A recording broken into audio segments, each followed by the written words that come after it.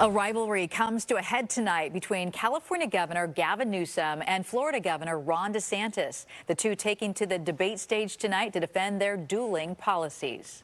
He took the San Francisco model, turned that into a template for California's collapse. You in particular, Ron, are on a banning binge, a cultural purge, intimidating and humiliating people you disagree with.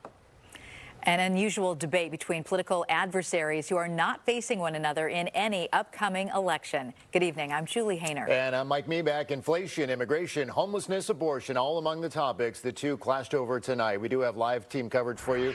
KTVU's Jenna Katsuyama attended two watch parties in San Francisco. She'll have reaction. But first, KTVU political reporter Greg Lee here now to break down those heated jabs from both state leaders. Greg? Yeah, Mike, good evening. We saw an all-out brawl between the leaders of two of the nation's largest states.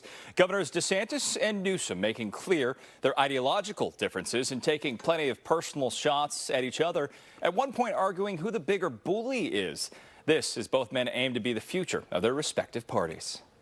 California Governor Gavin Newsom and Florida Governor Ron DeSantis took their long-running feud face-to-face for the first time in a red versus blue state debate. You almost have to try to mess California up. And yeah, that's what Gavin Newsom has done since he's been governor. One thing, in closing, that we have in common is neither of us will be the nominee for our party in 2024. It was an unusual matchup between a Republican presidential candidate and a Democratic governor who's a major surrogate for President Biden.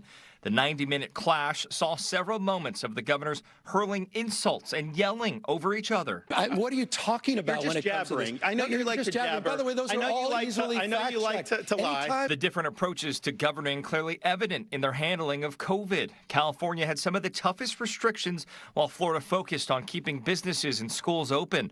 A recent LA Times analysis showed Florida had a per capita COVID death rate 60% higher than California, though different slices of the numbers can tell a different story. If I had your policies, the equivalent of 10 9/11s, tens of thousands of people lost their lives. And for what, Ron? Gavin Newsom did huge damage to people in California. He ruined livelihoods.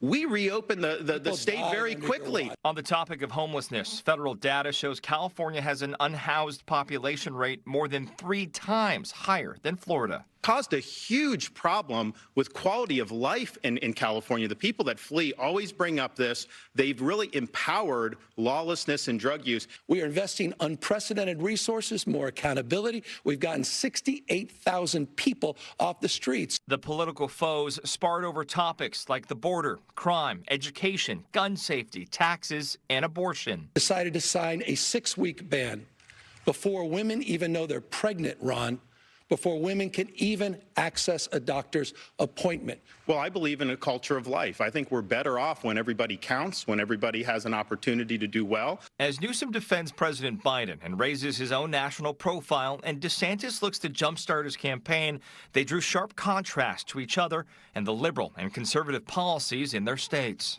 You're trolling folks and trying to find migrants to play political games to try to get some news and attention so you can out-Trump Trump. And by the way, how's that going for you, Ron? You're down 41 points in your own home state. This is a slick, slippery politician whose state is failing, people are leaving his state, and he's trying to run interference for his failure. Now, Governor DeSantis also name-checked San Francisco multiple times during the debate. In the aftermath, both men sent out fundraising emails, and there's reporting that shows Newsom raised some $300,000 for the Biden re-election campaign in just the run-up to tonight's debate. But certainly, as you can see, no love lost between these two governors. Yeah, 90 minutes, a lot of talking over one another. Was there really any substance? Do people benefit by watching these two tonight? Yeah, I don't know that it changes anyone's minds because you're kind of baked into where you stand on these two men, and they sort of dug their heels into where they're at. But certainly the thing that stood out was a lot of times things just devolved between the two to shouting, talking over each other, and eventually that name calling. So again, a lot of heat between those two. Yeah, and I don't think that's going to stop anytime soon. All right, Greg, thank you. Thank you, Greg. Plenty of